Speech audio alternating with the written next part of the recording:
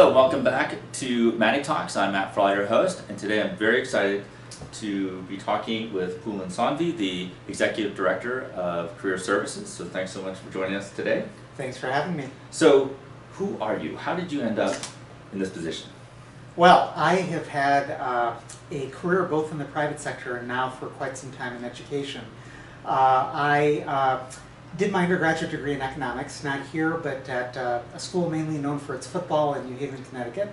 I then followed a very traditional path for my first 10 years after graduation. I worked on Wall Street for a couple of years in an investment banking analyst position, did business school and got my MBA, and then subsequently worked with a consulting firm. And so in a lot of ways, when you ask why I'm here, it is that in a lot of ways, while my choices for those first 10 years were great choices that I would probably make the same way again today, knowing what I know, the real truth is that I never asked myself any questions as I was making those choices. I really made decisions with this idea of optionality, where I went into things very open-ended, figuring, this will keep lots of doors open for me down the road. Right.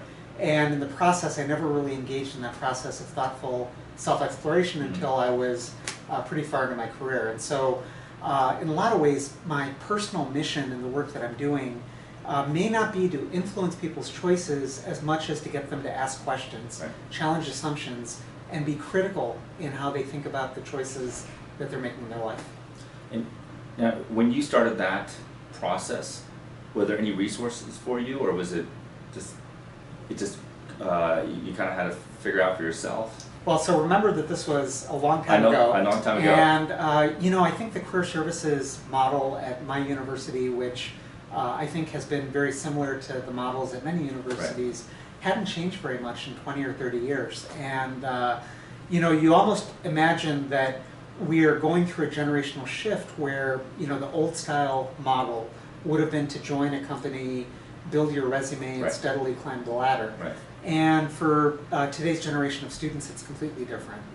We are in a time when there's been this deep fragmentation of opportunity, where students can measure their choices in the thousands, not the hundreds. Right. Where the way that recruiting is happening so differently. It's no longer happening through dressing up in a suit and interviewing with somebody that you just met, which is really what our on-campus recruiting reflects, but now happening much more through relationships, where you'll have coffee with an alum in your jeans.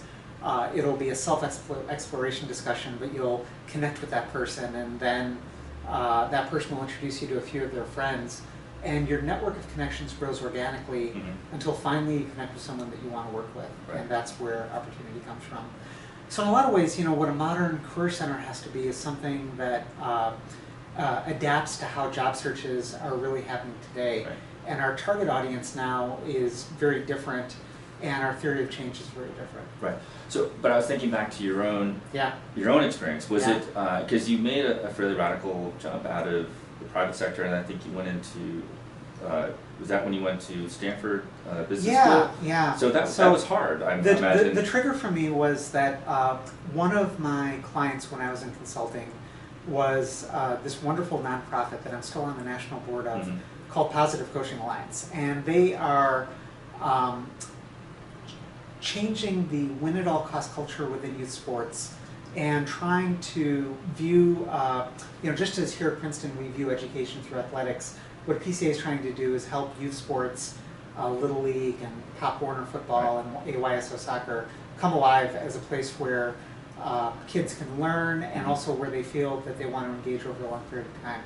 And in working closely with that organization over the space of 9 months, I fell in love not only with the mission of the organization, but I fell in love personally with mission-driven work. Right. And so for me, that was an inspiring moment, a moment when I realized that my life could have a purpose that was greater than just sort of climbing the ladder. And I think that was directly influential in my decision to go back in education. Right. Yeah. That's exciting. So then you go off to Stanford. Yeah. And how long were you there? A little bit over 4 years. 4 years. Yeah. And then you came here. And I came here. Oh, that's exciting. Yeah. Well, thank you for us. I feel very grateful to That's be right. here. This is an incredible community. And so you've already touched upon your vision for career services. Yeah. already. So give us the vision. Yeah. In whole. Okay. So we have redefined our mission statement to be that we help each student define a unique vision for their career and their life, and then help connect them in personalized, multidimensional ways to the resources and the people and the organizations and the opportunities that will help their unique visions become a reality. So embedded in that mission statement are some major changes in how we are thinking about the organization. There is a very strong theme of personalization, that we view each student as a unique individual, and that our job as an organization is to surface and then celebrate that individuality in how we help students think about the possibilities in front of them. Also within that mission statement is the idea of using technology in new ways to capture new kinds of information that will facilitate both how we connect students to alumni and organizations, and also to support the personalization of how our office supports students. A third thing embedded in the mission statement is the reimagining of career services as an informed connector rather than as a sort of strongly centralized on-campus recruiting placement agent.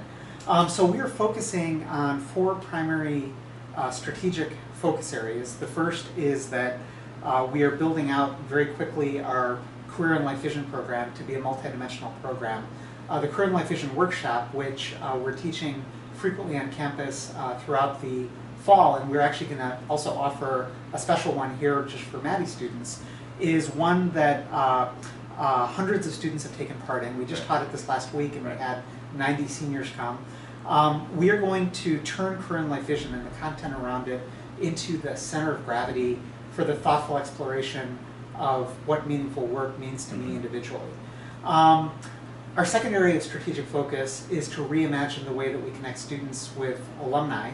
And one of the important things that we are making rapid progress towards is figuring out how to connect students and alumni based on new dimensions, things like shared interests, shared affiliations, and then shared intent in wanting to meet with each other. We will use technology to facilitate this, and we'll also have a real-world analog to this, which will be a sort of alumni career core of alumni who are willing to get deeply involved with the student ecosystem.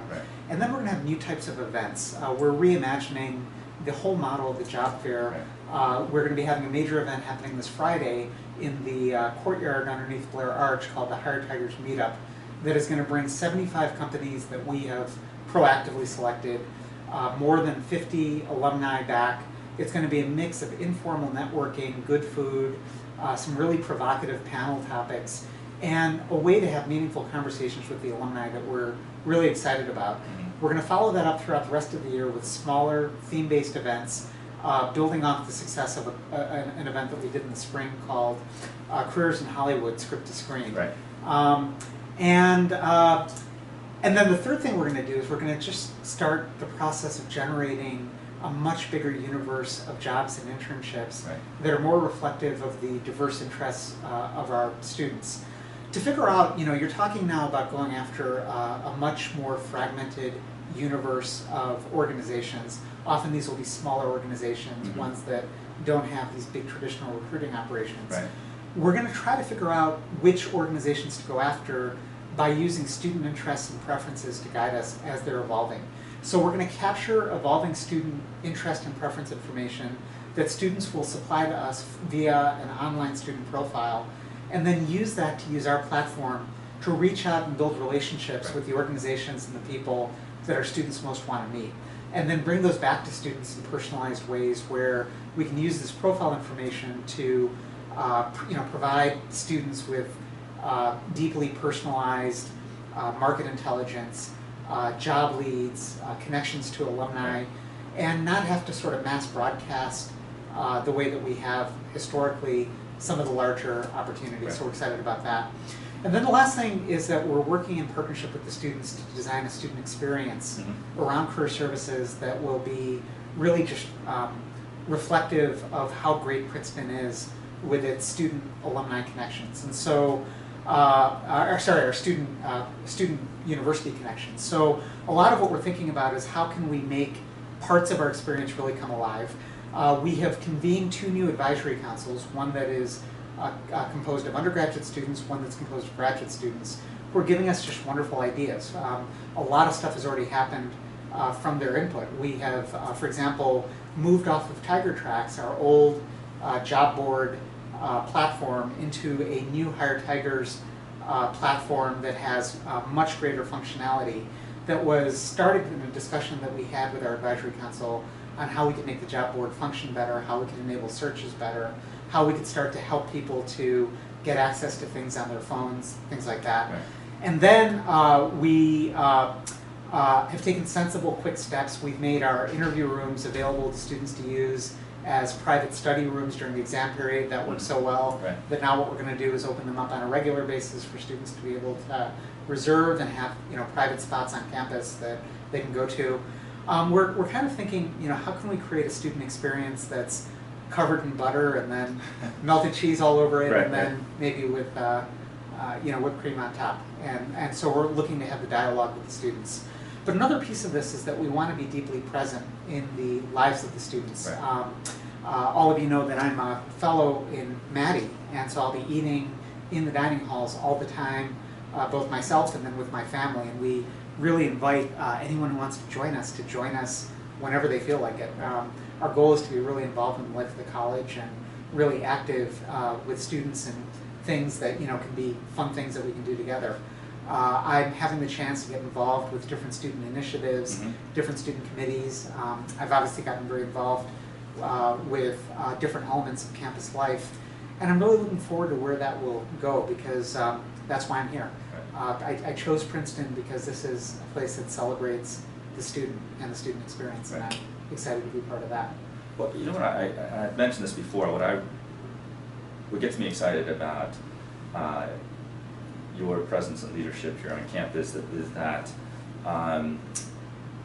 you really are providing a structure to help students find and pursue their passions. I remember I had this lunch with a gentleman named Greg Olson, who's a fellow at the Keller Center and very successful entrepreneur, and I asked him one time, what piece of advice would you have for students? And without missing a beat, he said, follow your passions and everything will take care of itself, which I think is great advice, but it's scary advice to pursue your passion, because it might be off the beaten track, as you said. So to provide career services really celebrate that and really expand it and provide opportunities to pursue that, where the student doesn't have to go off on their themselves or try to find that path, but maybe you can go and forge that path a bit more. I think it's fantastic, so thank you. Well, thank you, but it's fully a team effort, and not just a career services team, but there's this entire ecosystem of people across the university who care about this topic and are supporting it in different ways. And what we're really looking forward to is working together to weave something that really makes Chris Eisgruber's focus on meaningful work and meaningful life come alive in the context of a broad campus-like ecosystem. So it's so great, it's fantastic, there's a lot of these great opportunities. Where are the roadblocks for students? What do you, in the sense of students are busy, they're focused on academics, where do you anticipate, or where have you experienced perhaps some reluctance on the students' part? So I can actually speak to this very personally, because I remember the roadblocks that I was feeling when I was in college myself. I think part of it is that you come into Princeton in a lot of ways having managed your life very carefully to make it past a very tight admission screen. Right. With a lot of societal programming that if you get to a university like Princeton, everything will open up for you in life. Right. And I think that what becomes apparent as you actually engage with life is that it's the uniqueness, the uncertainty, the taking of chances, sometimes taking a great chance but then failing at it, that makes life come alive and makes the narrative and makes the story really interesting. And so I think about this in the context of my life, and I feel like when I came into college I was systematically programmed away from taking risks, being willing to embrace taking risks and failing at them. And I think that now, if there was one thing I wanted the Career and Life Vision program to accomplish with its touch on students, it would be to give an alternative to all those very traditional ways of thinking about what a happy life is. Right. It would be to de-anchor people from the inertia they may be feeling based on choices they've already made, as well as from the peer and societal pressure to conform to a certain type of life, and think boldly about the possibilities in front of them. And the stakes are really high on this, because the thing is that even the most talented people can start to flatten out in terms of just how they engage with life if they aren't really loving what they do. So the headline idea of finding your passion is something that the Career and Life Vision program puts a lot of discipline and gives a lot of frameworks and tools to sort of help navigate. And our goal with it is just to get people to challenge assumptions that may have been the assumptions that are making them think in very narrow ways about the possibilities in front of them. We are always going to have an on-campus recruiting ecosystem. There's always going to be a lot of visibility to these companies that come to campus with multi-million-dollar recruiting budgets who create this great visibility around a certain path. Those paths can be amazing paths. I wouldn't trade the experiences I've had for anything. But there's a lot of really interesting stuff off the beaten path. And if you are making choices without even having basic awareness of those choices, then you're not getting everything that the Princeton experience is supposed to be about, which is treating that process of exploration as being just as important, or maybe even more important, than the destination. So even there, given that that's a very obvious barrier, what's the first step? Or, I know it's going to be an individual thing. You can't generalize, but in general, what are some common first steps that students will help students down the path of becoming more comfortable with failure, as you said, like maybe making, trying things out, it's not working out, that's tough, it's frightening. A lot of different ways to approach it. Certainly taking my Career and Life Vision workshop is a great first step. We're hoping that every student will get exposed to that during the time that they're here. But I think that, if you were to think in abstract, you didn't have a Career and Life Vision program available to you, how do you approach life in a way that fosters this? I think the first thing is to start to articulate a hypothesis that starts to both articulate what you know about yourself, but also the things that you don't know about yourself, but that you can use both your experiences and your interactions with others to test out. If you think about what the Princeton experience is, it's a 4-year laboratory where you can try different parts of yourself out academically. You can try different parts of yourself out socially. You can try different parts of yourself out extracurricularly. And then you can use all these inputs to answer some of these questions about yourself so that you can progressively make better choices for yourself.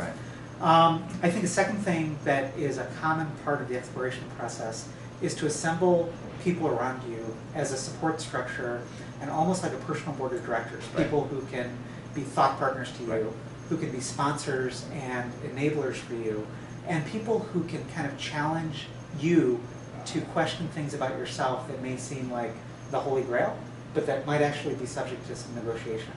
I remember very distinctly for quite a long time I thought that being an engineer was the path I was going to be on, because my dad, my elder brother had both been chemical engineers.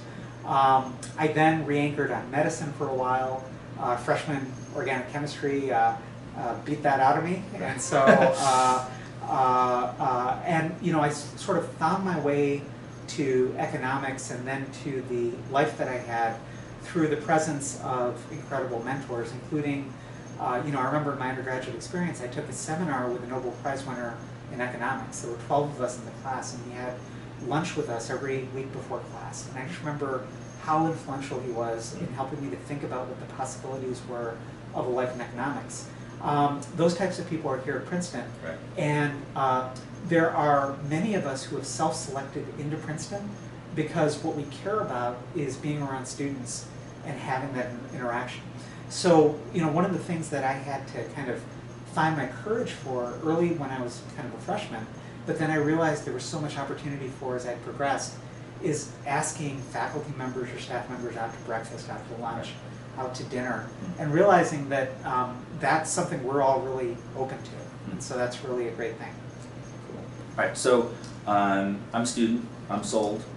I'm like, I want to go to one of your seminars. Now I know it's 4 hours. It's actually 3 hours. 3 hours. Oh. So we are we are trying to find all the efficiencies in how to make this fit in the calendar of students. Still 3 hours. That's what is that experience going to be like? When I walk away from that, what have I learned? What have I struggled with?